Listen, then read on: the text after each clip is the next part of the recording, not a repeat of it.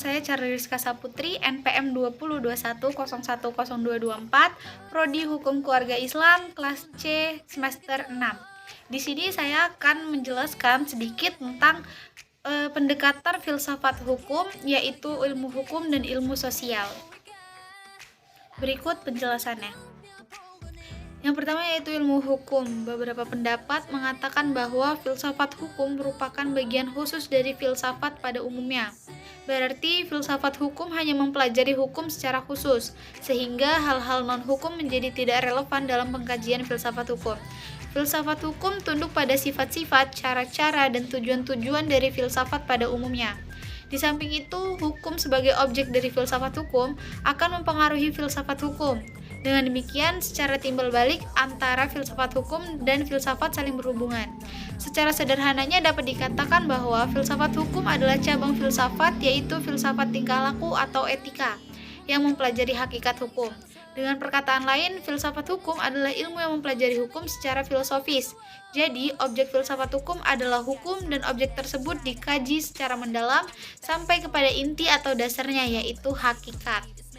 Menurut Purnadi Purbacaraka dan Surjono Sukanto, hukum dapat diartikan sebagai yang pertama yaitu ilmu pengetahuan, yakni pengetahuan yang tersusun secara sistematis atas dasar kekuatan pemikiran.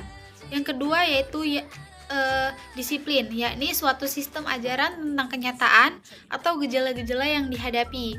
Yang ketiga yaitu norma, yakni pedoman atau patokan sikap tindak perikelakuan yang pantas atau diharapkan.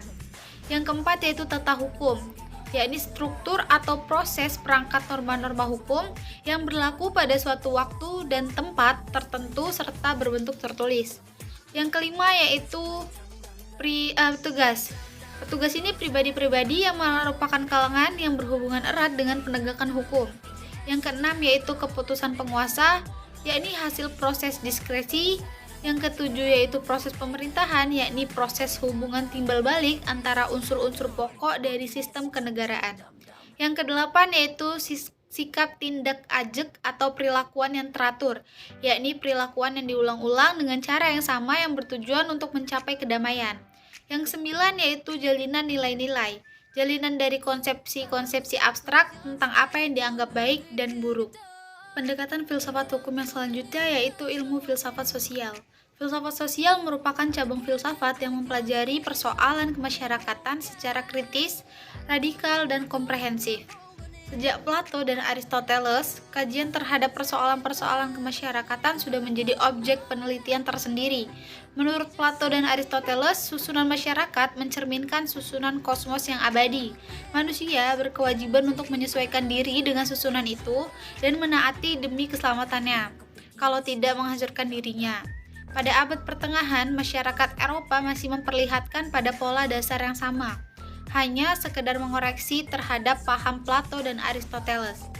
Paham tentang otonomi kosmos diganti dengan paham heteronominya, yaitu kepercayaan bahwa kosmos tidak berdiri sendiri, tetapi bergantung pada kemahakuasaan Allah. Ketertiban kosmos adalah suatu ketertiban yang telah diciptakan. Dalam pendekatan filsafat hukum ini ada perubahan hukum dan sosial. Proses terjadinya perubahan-perubahan pada masyarakat di dunia merupakan suatu gejala yang normal yang pengaruhnya menjalar dengan cepat ke bagian-bagian lain dari dunia. Antara lain berkat adanya komunikasi modern dengan taraf teknologi yang berkembang dengan pesatnya. Penemuan-penemuan baru di bidang teknologi, terjadi suatu revolusi, modernisasi pendidikan, dan lain-lainnya. Kejadian di suatu tempat dengan cepat dan dapat diketahui oleh masyarakat-masyarakat lain yang bertempat tinggal jauh dari pusat terjadinya peristiwa tersebut. Perubahan-perubahan dalam masyarakat dapat mengenai nilai-nilai, kaidah-kaidah, pola-pola perilaku, organisasi, struktur lembaga-lembaga sosial, stratifikasi sosial, interaksi sosial, dan lain sebagainya. Faktor yang mempengaruhi terjadinya perubahan sosial tersebut pada umumnya dapat dikatakan bahwa sebab-sebab terjadinya perubahan-perubahan sosial dapat bersumber pada masyarakat itu sendiri, dan ada yang letaknya di luar masyarakat tersebut, yaitu yang datangnya sebagai pengaruh dari masyarakat lain atau dari alam sekelilingnya. Sebab-sebab yang bersumber dari masyarakat itu sendiri adalah bertambah atau berkurangnya penduduk, penemuan-penemuan baru, pertentangan, dan terjadinya revolusi. Suatu perubahan sosial dapat bersumber pada sebab-sebab yang berasal dari luar masyarakat tersebut. Misalnya sebab-sebab yang berasal dari lingkungan alam, peperangan, pengaruh kebudayaan masyarakat lain, dan sebagainya. Itu saja yang dapat saya sampaikan mengenai pendekatan filsafat hukum, yakni ilmu hukum dari ilmu sosial. Kurang lebihnya, saya mohon maaf. Saya ucapkan terima kasih.